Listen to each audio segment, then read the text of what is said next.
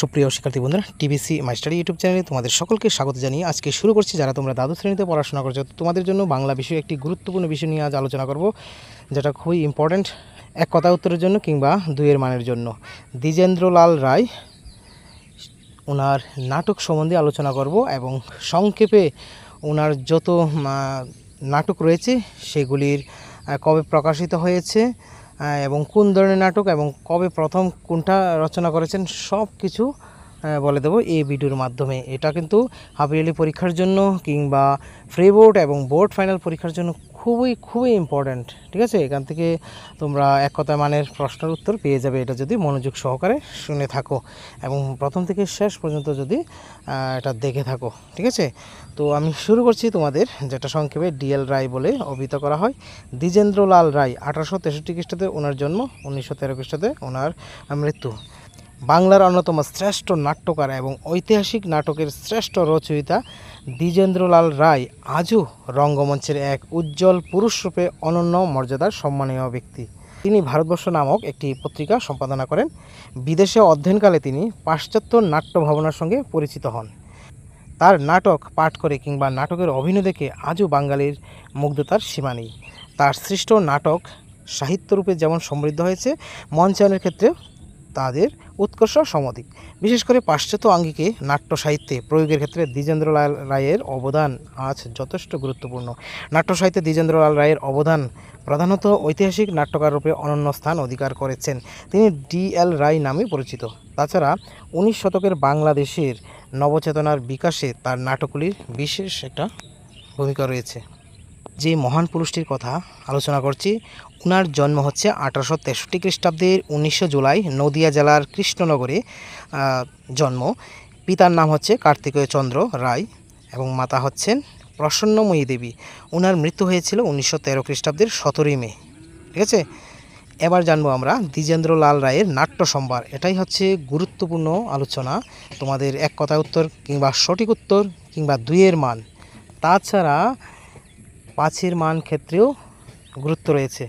তো কিন্তু এটার বিষয় সম্বন্ধে জানা একান্ত দরকার, 1 মানের আর 2 মানের জন্য। ঠিক আছে, তো নাট্য সম্ভার দেখো। দ্বিজেন্দ্রলাল রায়ের নাটকগুলিকে কয়েকটি ভাগে ভাগ করা যায়, যথা ঐতিহাসিক নাটক। দেখো কয়েকটা ঐতিহাসিক নাটকের নাম রয়েছে: তারাবাই, প্রতাপ সিংহ, দুর্গাদাস, নূরজাহান, মেবার পতন, সুরাব রুস্তম, শাহজাহান, চন্দ্রগুপ্ত, সিংহল বিজয়, এগুলি রয়েছে।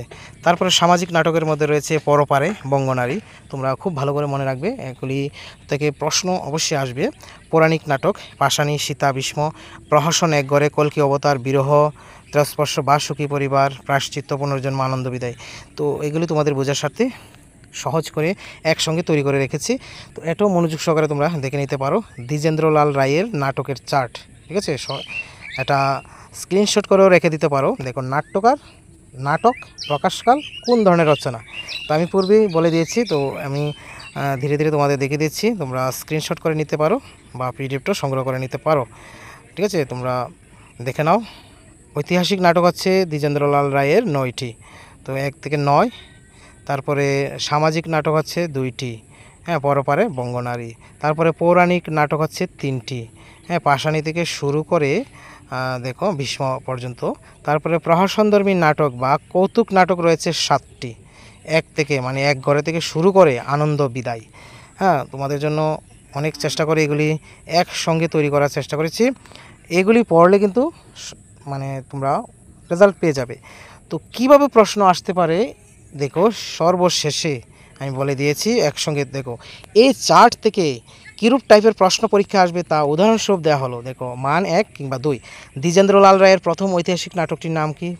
দ্বিজেন্দ্রলাল রায়ের 2টি সামাজিক নাটক, দ্বিজেন্দ্রলালের 2টি প্রহসনধর্মী নাটক, দ্বিজেন্দ্রলালের 2টি দেশাত্মবোধক নাটক, দ্বিজেন্দ্রলাল রায়ের 2টি ঐতিহাসিক নাটক, 2টি পৌরাণিক নাটক।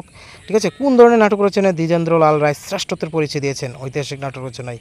কতগুলি প্রহসন রচনা করেছেন বা কতগুলি পৌরাণিক নাটক লিখেছেন? তারপরে শেষ কাব্যনাটক কোনটি, কবে প্রকাশিত হয়েছিল? শেষ কাব্যনাটক হচ্ছে ভীষ্ম। ঠিক আছে, তারপরে রচনাকালের বিচারে দ্বিজেন্দ্রলাল রায়ের শেষ ঐতিহাসিক নাটক কোনটি? সিংহল বিজয়। পুনর্জন্ম কী জাতীয় নাটক? তারপরে দ্বিজেন্দ্রলাল রায়ের নাটকগুলিকে কয়টি শ্রেণীতে ভাগ করা যায়? 4টি: পৌরাণিক, সামাজিক, প্রহসনধর্মী এবং ঐতিহাসিক। শাহজাহান কোন শ্রেণীর নাটক? শাহজাহান ঐতিহাসিক নাটক। দ্বিজেন্দ্রলাল রায় কোন প্রহসনধর্মী নাটকের রবীন্দ্রনাথ ঠাকুরের বিরূপ সমালোচনা করেন? কোনটা হবে? আনন্দ বিদায়। মেবার পতন কোন শ্রেণীর নাটক? ঐতিহাসিক নাটক। খুব ইম্পর্টেন্ট। তো এইগুলি আমি যেগুলি গুরুত্বপূর্ণ প্রশ্ন পরীক্ষা আসার সম্ভাবনা রয়েছে দ্বিজেন্দ্রলাল থেকে এগুলি তুলে ধরলাম, আর এই চার্ট থেকে এগুলি প্রশ্ন তুলে ধরেছি। তোমরা চার্টটা অবশ্যই ভালো করে জেনে রাখবে আর এই আলোচনাগুলিও জেনে রাখবে, ঠিক আছে? এখানে পার্ট পার্ট করেও লিখে রেখেছি, চার্ট দিয়েও লিখে রেখেছি। তোমরা যেটা পছন্দ করো, যেভাবে ভালো লাগে সেটাই সংগ্রহ করে তোমরা পড়ার চেষ্টা করবে, ঠিক আছে? তো আশা করি তোমরা সকলেই বুঝতে পেরেছো।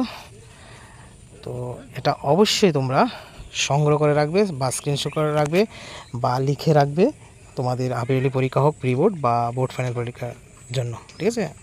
তো আজকের এই ভিডিওটি তোমাদের সকলের ভালোবাসা নিয়ে শেষ করছি। Always by the side of the students.